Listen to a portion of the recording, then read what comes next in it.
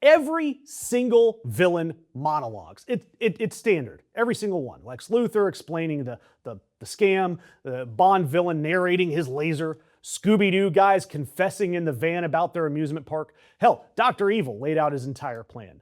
Even in the 1990 underrated and very dated comedy Ski Patrol, Martin Mull's character Sam Maris had to show off Maristown, his model resort community.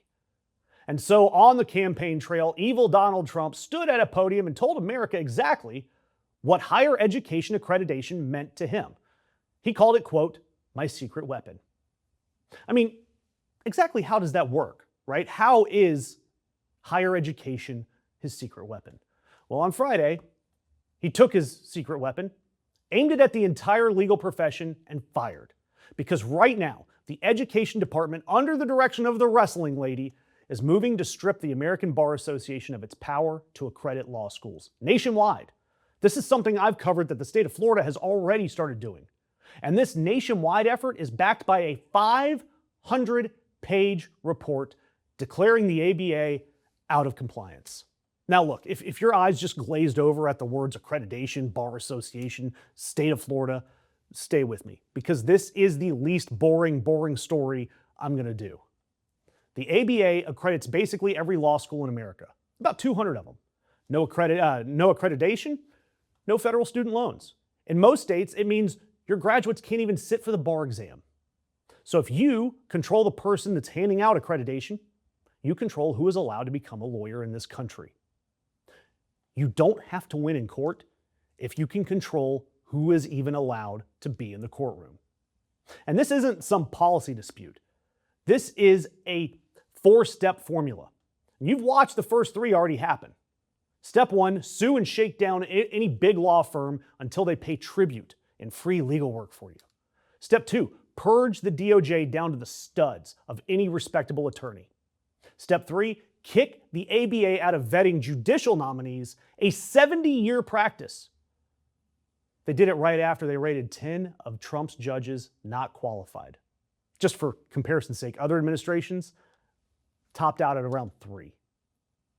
And now step 4, right now. When the referees keep calling fouls on you, instead of arguing the calls, you buy the referee school. And look, we have seen that appeasement doesn't work with Donald Trump because the ABA has already caved. They suspended their diversity rule back in February of last year. They're voting to kill it for good this week. They gave the mob exactly what the mob said it wanted. And what did the mob do? They wrote a 500-page eviction notice. The administration's defense here says, when there's no competition, accreditors feel free to inject their own political preferences into the work they do. Competition? Political preferences? This is coming from the same no-bid president that gets angry if an article isn't nice to him.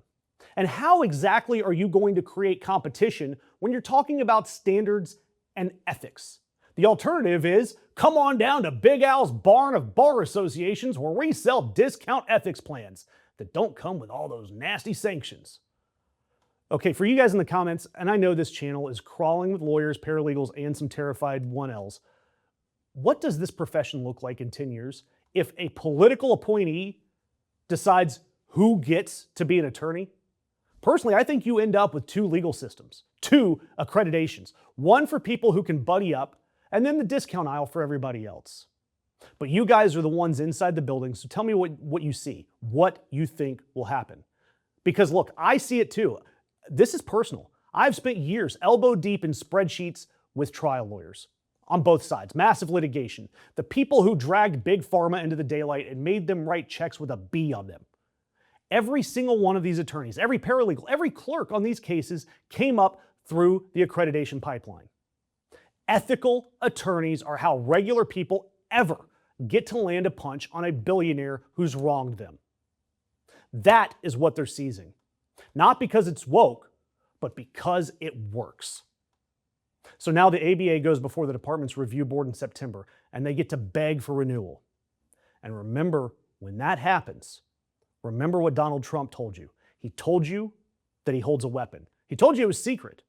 And then he used it exactly like a weapon. The villain monologued his plan, and we should believe him.